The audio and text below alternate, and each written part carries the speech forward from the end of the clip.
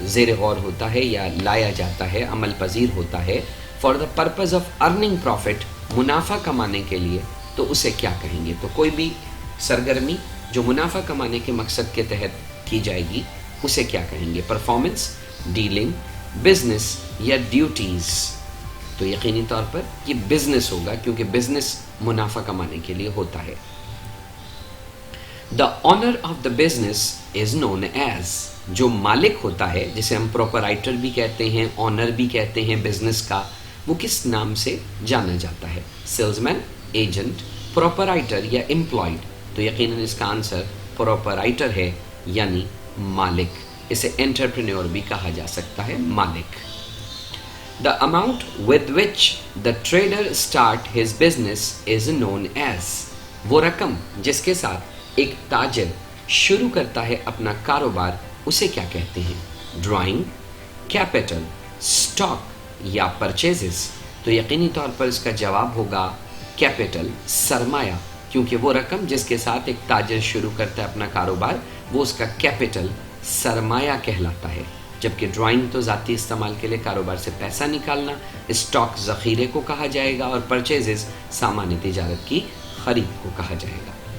Number 14 میں کہا گیا کہ کیش یا گڈس، مال ٹیکن اوے، لے جایا جائے، بائی دی پروپرائٹر، مالک کی جانب سے، فرام دا بزنس، کاروبار سے، فار ہز پرسنل یوز، اس کے ذاتی استعمال کے لیے، آر کال، اسے پکارا جاتا ہے، کہا جاتا ہے، کیپٹل، سرمایہ، کیش، ڈرائنگ یا پرچیزز؟ یقینی طور پر اسے کہا جائے گا ڈرائنگ۔ ڈرائنگ کا مطلب صرف اشکال بنانا نہیں ہوتا، ڈرائنگ کا مطلب کھینچ کر نکالنا بھی ہوتا ہے۔ اس کا مطلب ہے کاروبار سے جو مالک کیش یا گڈس کو لے کر چلا جائے گا ذاتی استعمال کے لیے اسے ڈرائنگ کہا جائے گا۔ اگلا ایم سی کیو ہے کہ وین سیلیبل گڈس، جب فروخت کے قابل مال، آر باٹ، اسے خریدا جائے گا، ان بزنس، کاروبار میں، it is said to be, تو اسے کہا جائے گا سیلز، پرچیزز، ایسٹس یا گڈز؟ یعنی جب مال فروخت کے قابل ہوگا اور اسے خریدا جائے گا بزنس میں تو ہم اسے کیا کہیں گے؟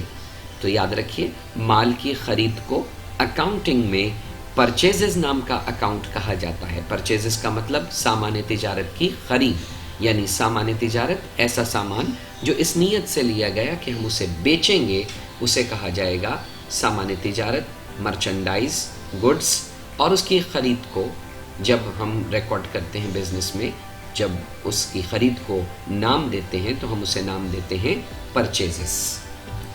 نمبر 16 ہے if the defective or damaged goods، اگر نقص والا یا خراب مال ریٹرن ٹو دا سپلائر، واپس کر دیا جائے مال فراہم کرنے والے کو، از کالڈ، تو پھر اسے کیا کہا جائے گا؟ یہاں ایک پریپوزیشن بڑا امپورٹنٹ ہے کہ goods return to the supplier, to کا لفظی مطلب یہاں ہے کو، تو اگر نقص والا مال ریٹرن ٹو دا سپلائر، واپس کیا جائے مال فراہم کرنے والے کو، تو یاد رکھیے گا ہم مال کو خریدتے ہیں سپلائر سے اور خریدے ہوئے مال کو سپلائر کو واپس کیا جائے گا، تو ایسی صورت میں اسے پرچیز ریٹرن کے نام سے پکارا جائے گا۔ تو اس کا مطلب ہے، اس کا رائٹ آنسر ہے پرچیز ریٹرن۔ ویسے ہمارے پاس آپشن تھے سیلز ریٹرن بھی، ریٹرن انورڈ بھی اور ایکسپنسز بھی، تو ہم یقینی طور پر اس جملے کی بناوٹ کو اچھی طرح سمجھیں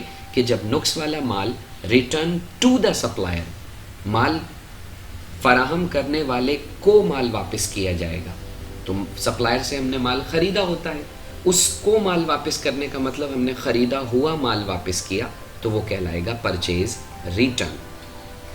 نمبر 17 میں کہا گیا وین دا بائر، جب خریدار ریسیو کرتا ہے، وصول کرتا ہے، کنسیشن، رعایت، فرام دا سپلائر، مال فراہم کرنے والے سے،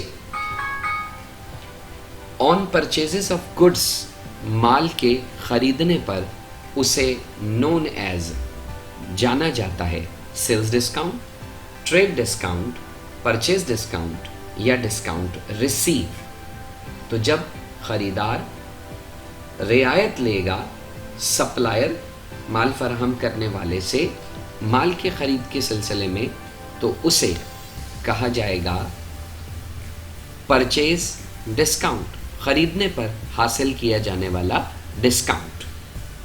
تو بائر کو جو ڈسکاؤنٹ ملے گا وہ پرچیز ڈسکاؤنٹ ہوگا، اور سیلر یعنی سپلائر جو فراہم کر رہا ہوگا وہ یقیناً ہوگا سیلز ڈسکاؤنٹ.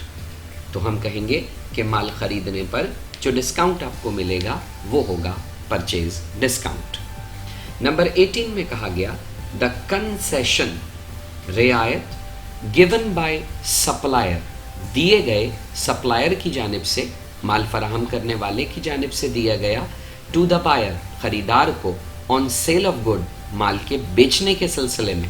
تو یقینی طور پر جو پچھلا ایم سی کیو تھا وہ اور یہ ایم سی کیو ایک دوسرے کا الٹ ہے، تو اس حساب سے اب رعایت سپلائر کی جانب سے دیا جاتا ہے بائر کو سیل آف گڈس پر، مال کے بیچنے پر. تو یہ یقینی طور پر cash discount, trade discount, sale discount اور پرچیز ڈسکاؤنٹ میں ہوگا سیلز ڈسکاؤنٹ، یعنی مال کے فروخت کرنے کا ڈسکاؤنٹ، رعایت.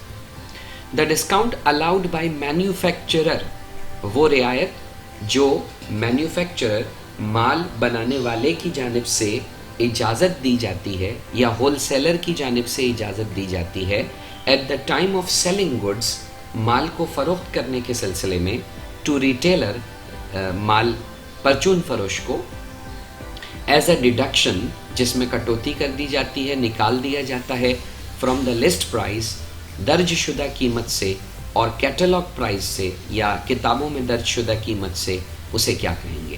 تو میں کلیکٹیولی مختصراً یہ بات کہوں گا کہ لسٹ پرائز یا کیٹلاگ پرائز میں سے جب مینوفیکچرر یا ہول سیلر مال فروخت کرنے کے سلسلے میں ریٹیلر کو مال کے پیسوں میں سے کٹوتی کر کے دیتا ہے تو وہ کون سا ڈسکاؤنٹ ہوگا؟ Trade discount, cash discount, sale discount یا پرچیز ڈسکاؤنٹ؟ تو یقینی طور پر اس کا آنسر ہوگا ٹریڈ ڈسکاؤنٹ، تجارتی رعایت جو کہ لسٹ پرائز یا کیٹلاگ پرائز پر دی جاتی ہے. اسے ہم بات چیت کے ذریعے حاصل ہونے والا ڈسکاؤنٹ بھی کہتے ہیں. اس کے مقابلے میں جو دوسرا آپشن ہمارے پاس تھا کیش ڈسکاؤنٹ، وہ اگر ہم مال کیش میں پیمنٹ کر دیتے ہیں، ود ان اے ویک دے دیتے ہیں تو عام طور پر اس پر کیش ڈسکاؤنٹ ملتا ہے.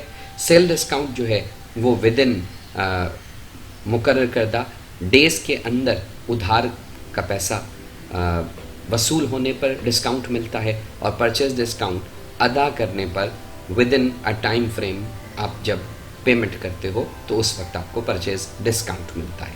تو یہاں چونکہ لسٹ پرائز یا کیٹلاگ پرائز پر ڈسکاؤنٹ تھا تو یہ کہلائے گا ٹریڈ ڈسکاؤنٹ. اگلا ایم سی کیو ہے a person who owes goods to another is called. ایک شخص جو ادھار لیتا ہے مال دوسرے سے تو وہ کس نام سے پکارا جائے گا؟ اس کا مطلب ہے جو شخص کسی سے ادھار لیتا ہے اسے کیا پکارا جائے گا؟ امپلائر مالک، ڈیٹر مقروض، اکاؤنٹ پیبل کھاتا ادا کرنا، یا کریڈیٹر قارض قرض دینے والا.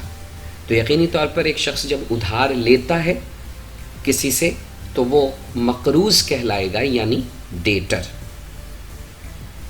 اگلا ایم سی کیو ہے a person who pays out something or to whom money owes is called.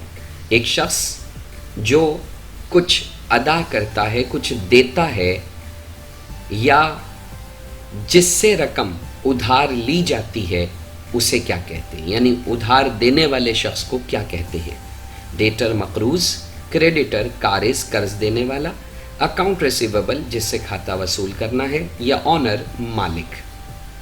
تو یقینی طور پر پچھلا شخص جو تھا وہ مقروض تھا اور یہ شخص جو ہے وہ دیتا ہے، یعنی یہ قارض ہے، قرضہ دینے والا ہے. تو رائٹ آنسر بی، کریڈیٹر قارض قرض دینے والا.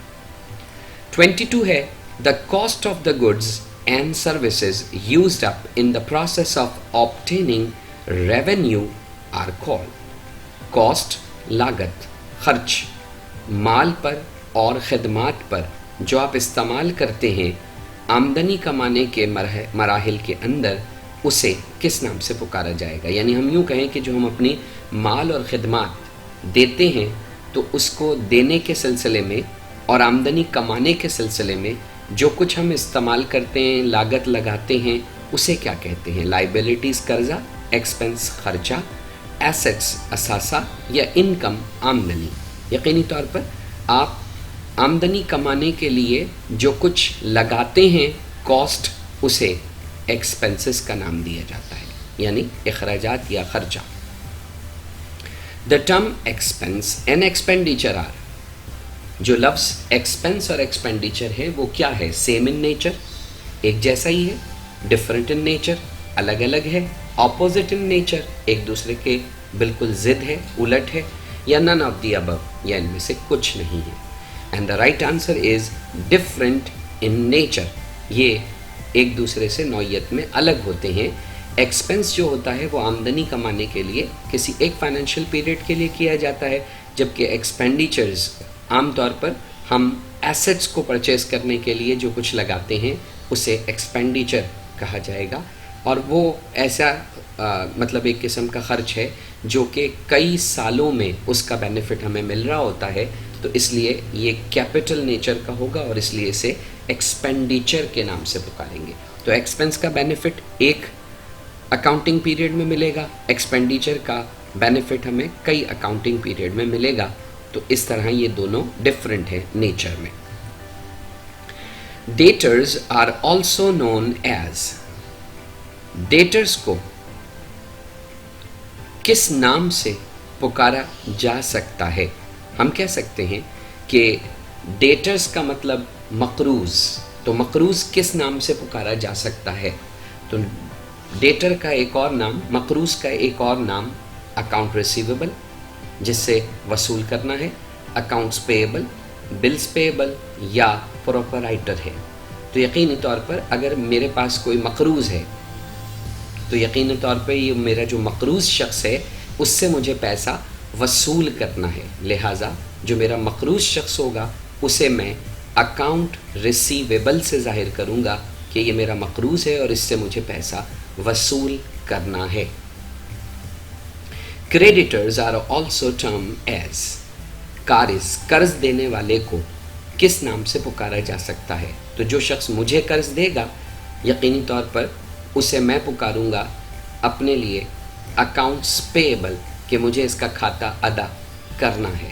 تو جو قارض ہوتا ہے اس کا پیسہ آپ نے ادا کرنا ہے تو آپ اسے کہیں گے اکاؤنٹس پیبل۔ حالانکہ آپ کے پاس option account receivable, account payable, bill receivable اور نن آف دی ابو تھے، لیکن اس میں رائٹ آنسر یقینی طور پر قارض، قرض دینے والے کو ہم اکاؤنٹس پیبل کے نام سے پکاریں گے۔ نیکسٹ ہمارے پاس ہے اینی ریٹن ایویڈنس، کوئی بھی لکھا ہوا ثبوت in support of a business transaction جو مدد میں لیا جاتا ہے ایک کاروباری واقعے کے، اسے پکارا جاتا ہے کس نام سے؟ اب business letter, voucher, financial statement یا مینوفیکچرنگ اسٹیٹمنٹ۔ یقینی طور پر جو لکھا ہوا ثبوت ہوتا ہے کسی بھی چیز کی کاروباری واقعے کی مدد کے لیے اسے واؤچر کہتے ہیں۔ جیسے میں آئل اور فیول منگواتا ہوں کسی سے، تو اب فرض کیجئے میں اس سے آئل کا ڈبہ منگواتا ہوں، کیروزن آئل منگواتا ہوں، پیٹرول منگواتا ہوں، اب وہ کتنے لیٹر آیا، کس ریٹ سے تھا، کس پیٹرول پمپ سے لیا گیا، کون لینے گیا تھا، کس نے پیسہ دیا تھا، کس نے پیسہ واپس دیا، ان سب کی تفصیلات ریٹن ایویڈنس کی صورت میں ایک سپورٹ ڈاکیومنٹ کے طور پر کسی بھی کاروباری واقعے کی واؤچر کے سلسلے میں ہوتی ہے، تو واؤچر ایک ریٹن ایویڈنس ہوتا ہے۔ اگلا ایم سی کیو ہے دا اسپین آف ٹائم، وقت کا دورانیہ، فار وچ، جس کے لیے a business generally prepare its financial statement is termed as، وقت کا وہ دورانیہ جس کے لیے کاروبار عام طور پر اپنے فائنینشیل اسٹیٹمنٹ، مالیاتی گوشوارے تیار کرتا ہے، اسے کیا کہتے ہیں؟ آپ سب کو پتہ ہونا چاہیے۔ فائنینشیل اسٹیٹمنٹ سے مراد ہے income statement and balance sheet, بالخصوص فسٹر کامرس، جہاں سول اونرشپ، یک شخصی کاروبار کے واقعات ڈیل ہوتے ہیں۔ تو یقیناً یک شخصی کاروبار دو قسم کے فائنینشیل اسٹیٹمنٹ بناتا ہے، income statement and balance sheet. تو ہم کہہ سکتے ہیں کہ انکم اسٹیٹمنٹ، بیلنس شیٹ وغیرہ بنایا جاتا ہے جس وقت اور دورانیے کے لیے عام طور پر ایک بزنس میں، اسے کہتے ہیں accounting period, accounting cycle, accounting standard یا مینوفیکچرنگ پیریڈ۔ تو تو یقینی طور پر اس کا رائٹ آنسر ہے اکاؤنٹنگ پیریڈ، جسے ہم فائنینشیل پیریڈ بھی کہتے ہیں، جس کی تعریف کی جاتی ہے کہ پیریڈ آف 12 منتھس، کوئی بھی عرصہ جو 12 مہینوں کا ہوگا وہ اکاؤنٹنگ پیریڈ یا فائنینشیل پیریڈ کہلاتا ہے۔ تو اگلا آپشن ہمارے پاس 28 کہا گیا نیٹ انکم یا نیٹ پروفٹ کس کے برابر ہوتا ہے؟ تو خالص آمدنی یا خالص منافع کس کے برابر ہوگا؟ ریونیو مائنس انکم، ریونیو سے مراد ہے آمدنی، تو revenue minus income, revenue minus expenses, bills payable یا پروپرائٹر۔ تو یقینی طور پر ہم کہیں گے کہ خالص آمدنی اس طرح آئے گی کہ جو اپنے ریونیو آمدنی کمائی ہوگی اس میں سے ایکسپنسز اخراجات نکال دیں، تو ریونیو مائنس ایکسپنسز کرنے سے آپ کو حاصل ہوگی نیٹ انکم یا نیٹ پروفٹ۔ نیکسٹ ہے double entry means. Double entry کا کیا مطلب ہوتا ہے؟ Entry in 2 sets of books, ایسی انٹری جو 2 کتابوں کے سیٹ میں رکھی جائے، انٹری ایٹ 2 dates، انٹری جو 2 تاریخوں پر بنائی جائے، یا entry for 2 aspect of the transaction, ایک ایسی انٹری جو 2 طرفہ کاروباری واقعے کے لیے ہو، یا memorandum entry. And the right answer is entry for 2 aspect of the transaction, ایسا کاروباری واقعہ جو 2 طرفہ 2 زاویے سے جو ہے وہ لیا جائے گا، وہ ڈبل انٹری کہلائے گا۔ اگلا ہے سسٹم، نظام، ان وچ جس میں accounting entries are made, accounting کے داخلے کیے جاتے ہیں on the basis of amount having become due, اس بنیاد پر کہ جو رقم ڈیو ہو جاتی ہے، ڈیو کا مطلب یہاں ہوگا قابل وصول یا قابل ادا ہو جاتی ہیں، فار پیمنٹ اور ریسٹ، وصولی کے لیے یا ادائیگی کے لیے اسے پکارا جاتا ہے۔ میں دوبارہ مختصراً یہ بیان کروں کہ ایک ایسا اکاؤنٹنگ کا نظام جس میں وصولی اور ادائیگی قابل وصول یا قابل ادا چیزوں میں ہو جاتی ہے، اسے کیا کہتے ہیں؟ Cash system of accounting, accrual system of accounting, none of the above اور manufacturing cycle. Cash system of accounting یقیناً یہ ہوگا کہ ہم اس بیس پر ٹرانزیکشنز کو ریکارڈ کریں کہ پیسہ وصول ہوا یا پیسہ ادا ہوا۔ اکرول سسٹم آف اکاؤنٹنگ کا مطلب یہ ہوگا کہ پیسہ چاہے وصول ہوا ہو یا نہ ہوا ہو، پیسہ ادا ہوا ہو یا نہ ہوا ہو، لیکن اس کو ڈیو ہو گیا ہو، یعنی وصول کرنے کے قابل یا ادا کرنے کے قابل ہو گیا ہو، وہ اکرول سسٹم آف اکاؤنٹنگ ہوگا۔ اور یقیناً یہی بات وہ جملے میں بھی کر رہا ہے کہ ایک ایسا نظام جس میں وصولی اور ادائیگی ڈیو قابل وصول اور قابل ادا ہو جاتی ہے، تو وہ اکرول سسٹم آف اکاؤنٹنگ ہے۔ اس کا right answer accrual system of accounting ہوگا۔ اگلا ہے the term accounting and bookkeeping are classified as. یہ جو اکاؤنٹنگ اور بک کیپنگ ہے اس کی درجہ بندی اور شعبہ بندی کیسے کی جاتی ہے؟ سیم، ڈفرینٹ، اپوزٹ یا نن آف دی ابو؟ تو یاد رکھیے گا بک کیپنگ چھوٹی ٹرم ہے جس میں ہم مختلف سیٹ آف بکس بنا کر مختلف کاروباری واقعات کو ریکارڈ کرتے ہیں، اور جو اکاؤنٹنگ ہے وہ اس کے آگے کا مرحلہ ہے، فائنینشیل اسٹیٹمنٹ کو پریپیئر کرنے کا مرحلہ ہے، سمرائزنگ، کلاسیفائنگ، ان سب کو کرنے کا مرحلہ ہے۔ تو یقینی طور پر انٹرپریٹنگ دا بزنس کا معاملہ ہے۔ تو اکاؤنٹنگ ایک براڈ سینس میں براڈ ٹرم ہے، زیادہ وسیع ہے اور ڈفرینٹ ہے بک کیپنگ سے، تو اس لیے ہم اس کا آنسر کہیں گے جی ڈفرینٹ، کہ اکاؤنٹنگ اور بک کیپنگ کو کلاسیفائڈ ڈفرینٹ ٹرم کیا جاتا ہے۔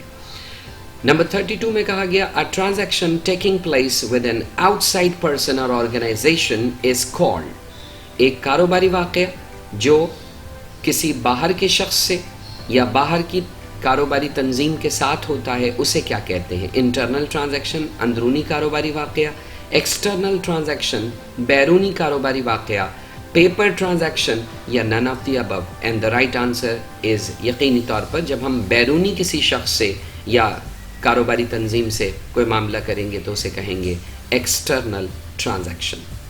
اگلا کہا گیا a transaction taking place with which no outside person or organization is involved called as، ایک ٹرانزیکشن، ایک کاروباری واقعہ جس میں کوئی باہر کا شخص یا کوئی باہر کی کاروباری تنظیم ہمارے ساتھ ملوث نہیں ہوتی، اسے انٹرنل اندرونی واقعہ، ایکسٹرنل بیرونی واقعہ، پیپر ٹرانزیکشن یا نن آف دی ابو کہیں گے۔